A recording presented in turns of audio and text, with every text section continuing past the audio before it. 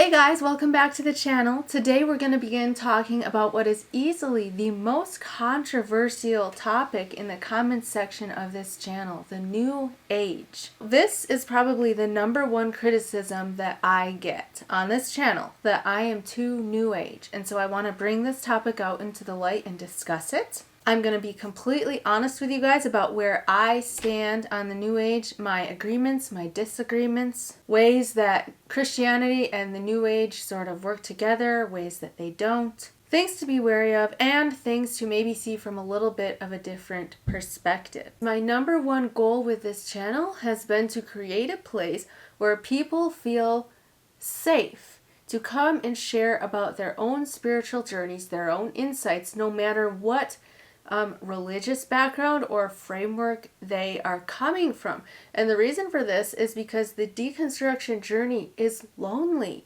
It is hard.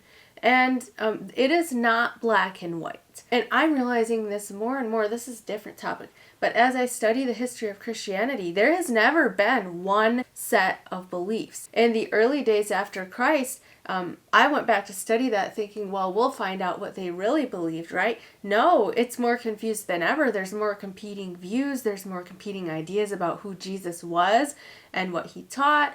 And the early customs of the church are just so all over the board. And it's like, it's not black and white. One thing that really makes me sad on my own journey from fundamentalist Christianity to where I am now, which is much more open-minded and inclusive of other belief systems, I found this extreme polarization, specifically between Christianity and New Age, to where I can't talk to Christians with any type of New Age language, and I can't talk to New Agers with any type of Christian language because you just get slammed.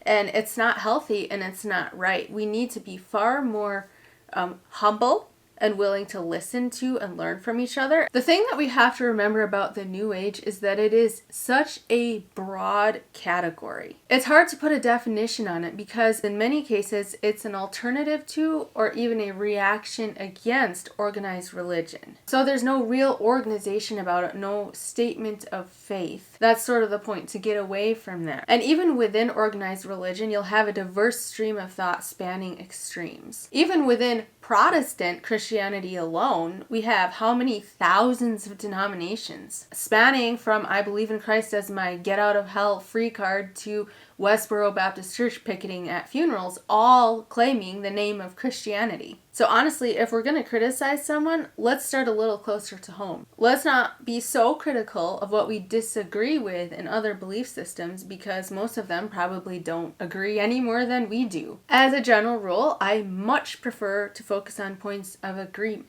And in future videos, we will focus on things in the New Age that I agree with and that I appreciate. Because I do believe that most religious paths do lead to God when understood correctly and followed sincerely. But because there are a few points of disagreement that I do have with the New Age, that's where I'm going to start in this video. We're going to go over 3 things that I disagree with in the New Age, but I'm going to look at it from a very open-minded perspective while also being honest about dangers that I think are there. The New Age view of God can be impersonal. So the current favorite New Age words for God are universe, source, and source consciousness. And I want to be very clear here. There is nothing wrong with this. God is way too big to be offended because we called him this and not this. Imagine if there's a child undergoing abuse of some kind, and their abuser tells them that their mom and dad are the ones behind the abuse, and all kinds of horrible, cruel things about their parents, and the child believes it. Would you fault them then if later on, in order to not drag all that trauma into their relationship with their parents, they wanted to call them by a different name than their abuser did? Now, I've never heard of this actually happening, so it's probably a really bad analogy. But this is basically what happens with people coming out of organized religion. People are traumatized. They suffer physical abuse behind the closed doors of churches in the name of God. Or simply the psychological abuse of being told they will rot in hell forever if they forget to confess a sin. The emotional scarring of being taught that they are a worm undeserving of love and that God can only look at them through the lens of Jesus. This kind of stuff messes people up. In order to heal, people have to leave the past in the past, and this is why we see so many people walking away from Christianity, but many still want a spiritual connection with God. They just can't use the word God anymore, so they find it easier to call him by a different name. So first of all, we need to meet people with love and understanding, not judgment. There should be no criticism about what name somebody chooses to call God. That's a very personal thing. But having said that, I do think that just like with fundamentalism, there's a danger of having a view of God that's too anthropomorphized. In the New Age, there can be a danger of having a God who is impersonal. And it's not even necessarily a matter of right or wrong. It's different views for different people on different stages of their journey. People who call God universe or source often feel the need for a less restricting view of God because the God they were raised with was too personal to the point of being narcissistic. So when people convert out of Christianity, it's usually because the Christian view of God is too restricting. The number one reason that people convert to Christianity, both out of the New Age and out of Eastern religion, these people are drawn to the idea of a personal God. God is a personal being in the form of Jesus Christ, someone they can relate to, someone who looks like them, someone you could see and touch, a person who loves them. This concept is greatly lacking from New Age thought. And I'll be honest, I didn't see it right away because I came out of Christianity where I was grounded in the idea of God as a personal being. And I've benefited from a lot of the ideas and teachings in New Age from the foundation of already having a relationship with a personal God. But it took me listening to a lot of people's conversion testimonies to realize that people convert out of the New Age and into Christianity mostly because they love the idea of a personal God. A God who is intimately involved in their life, a God who knows and loves them. So the New Age concept of God is very similar to the concept of God held in Eastern religions like Buddhism and Hinduism. God is the source of all that is. There is a tendency to see God as more of an impersonal force or field of energy. And again, this can be very beneficial and complementary to our more personal view of God within Christianity. I greatly benefited from coming to understand from New Age sources, like near-death experiences, that God is in everything, which means God is closer than I was ever taught in Christian circles. He is surrounding me and he is within me. It was one of the greatest revelations of my life, and my 30 plus years in Christian churches did not teach me this. So there's a lot to be learned from the New Age perspective, but there's also the danger of losing the personal aspect of God. And because of this, practically this can translate into some shallowness and emptiness for a lot of people who are sort of within New Age circles, but maybe not actively pursuing spiritual growth, so that it becomes more of a self-improvement path than actually a spiritual path.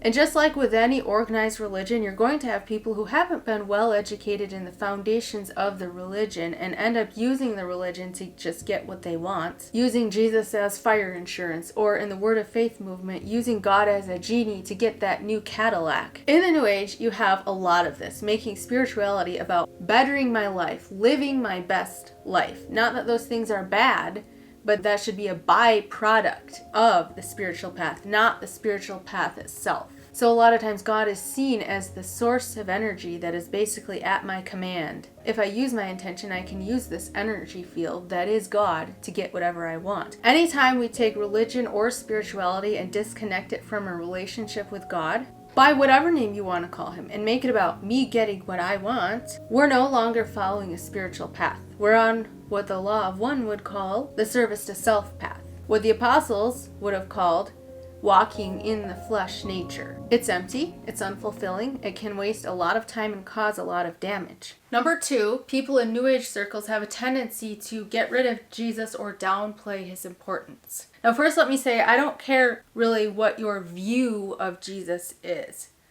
Even within the early church, they couldn't agree on that. One of the things that I'm really weary of in today's Christianity, and honestly one of the main reasons I left the organized religion of Christianity is their rabid defense of their view of Jesus being the only correct view. I would go so far as to say, if there is such a thing, that Christians idolize Jesus. They definitely politicize him, but that's a whole other topic. But they idolize him and they get away with it because he's God, so how can you idolize God? Because people are so busy worshiping Jesus that they're ignoring the very things that he told us to do. Laying down our lives for each other rather than getting up in arms about our political rights. I'm pretty sure if Jesus were here, he would tell you, stop groveling before me, get up and go do something kind to that person that you hate. So when you love your neighbor, that's how you love Jesus. Not by having all your doctrine about his divinity versus his humanity correct. Not by worshiping him in a worship service. Not by getting up in arms to defend him. Actually, he didn't want that at all. He stopped his disciples from doing that. I don't care if you believe that Jesus was God in the flesh, or if he is just a man living in perfect oneness with God and attaining Christ's consciousness. I don't care if you think he was the world's greatest teacher sent down by God to show us the ways of love and propel us forward spiritually. Because I don't think Jesus cares. But the one thing that does bother me is when I hear Jesus disregarded altogether. And I don't mean by regular everyday people, because again, a lot of times people will do this as a reaction against their religious background. And Jesus is not offended by this, and Jesus can still reach them in ways that are relevant to them. But what I'm talking about is when leaders in the New Age movement do this, people who claim to be speaking for God. There is absolutely no reason that anybody who is an enlightened spiritual teacher should be saying anything negative about Jesus Christ. And what seems to happen a lot, that the New Age source of information, so for instance, a channeled source like Edgar Cayce will give a high priority to Jesus Christ. If any of you are familiar with Edgar Cayce, his book actually states that Jesus Christ is the Lamb of God who took away the sins of the world. And I know this because I picked up in the bookstore, flipped to the section on Jesus Christ, and I read it with my own eyes. But do you hear any teachers in the New Age movement talking about this or acknowledging this? For the most part, no. Most New Age sources, and I'm talking the actual source of the information, whether it's channeling or regressive hypnosis or whatever the case may be, actually do give the highest respect to Jesus Christ. Even if they don't believe he's God in flesh, like Christians do, they would still say he's divine. He's a high-density being who came to teach us. He was a perfect embodiment of Christ's consciousness. And I know this isn't going far enough for most Christians, but I'm just pointing out that the vast majority of New Age sources that I have been exposed to do give the highest level of respect to Jesus Christ. But the problem comes in that oftentimes what I see is teachers in the New Age movement are not passing on this message. A primary example of what I'm talking about is A Course in Miracles. I think it's divinely inspired and Christ-centered.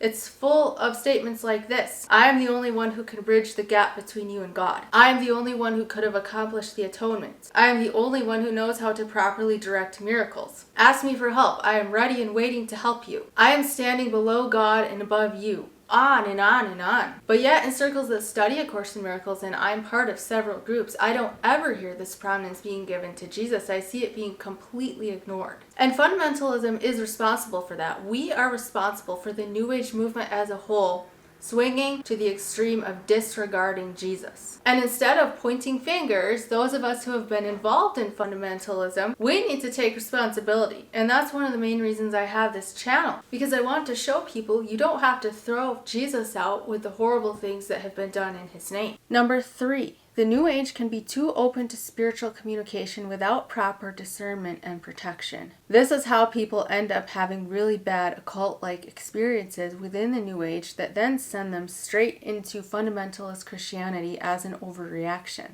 In the New Age, we see a lot of things like channeling and Ouija boards and mediumship, where people are opening themselves up to communication from spiritual entities, and that can be really, really dangerous. I'm not a fan of most of this, and definitely not just your average person off the street getting involved in this, because it's way too easy to be taken advantage of and led down a dangerous road. Now, I am not of the fundamentalist mindset that the Bible is the only way God speaks. I do believe that God speaks through visions and dreams and nature and people and music and most of the holy books of the world's religions. I do believe that angels and spiritual beings of higher dimensions and densities do help us and guide us and communicate with us at times. I'm also not opposed to channeled works when it's done safely and properly by people who know what they're doing.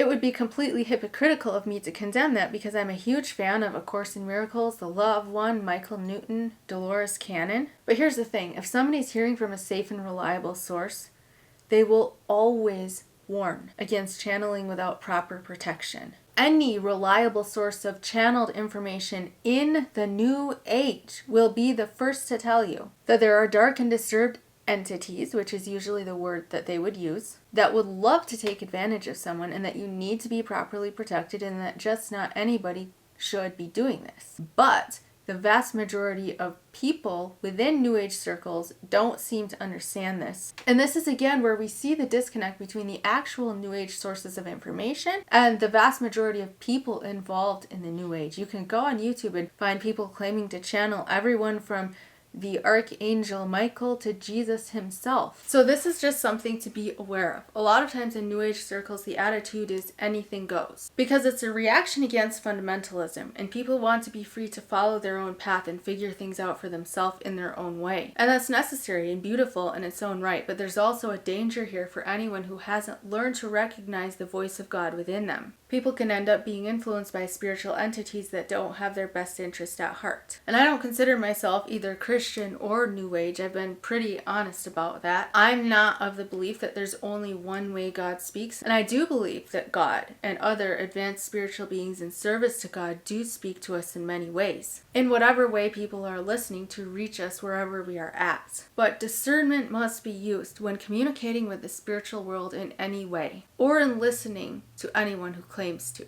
And actually, this does not just apply to New Age. Honestly, I think that the Word of Faith movement and the New Apostolic movement within Christianity, even just the charismatic movement as a whole, is out of control with their claims to special revelation and prophetic visions. And I'm not anti-charismatic. I was a happy charismatic for 10 years. The belief that God could speak to me personally was so enlivening and so refreshing after years of being taught that the Bible was the only way God speaks. So again, there's a good and a bad to everything. God absolutely does speak to us individually within our hearts. But if you listen to everyone within Christianity who claimed to have a special message or dream from God, you'd go insane. And I'm speaking to myself here just as much as anyone else, because I've shared about my pre-birth memories and my near-death-like experience. And I share these things just as part of my story, not necessarily asking anybody to believe me. But my point is there's so many different conflicting messages, even within these various branches of Christianity, that who do you listen to? You have to use discernment. This is actually really simple, and it applies across religious boundaries. If a source of information is reliable and trustworthy, first of all, it will lead you toward the path of love and service. Love in the form of service to others. And second, it will not make fun of Jesus Christ. So those are my biggest 3 criticisms of the New Age movement as a whole. But next time we'll talk about things within the New Age that I actually agree with and that I think harmonize well with Christianity and other world religions. Don't forget to subscribe to my channel, like this video, and share your thoughts with me in the comments. Be loved, be happy, be at peace, and thank you for watching.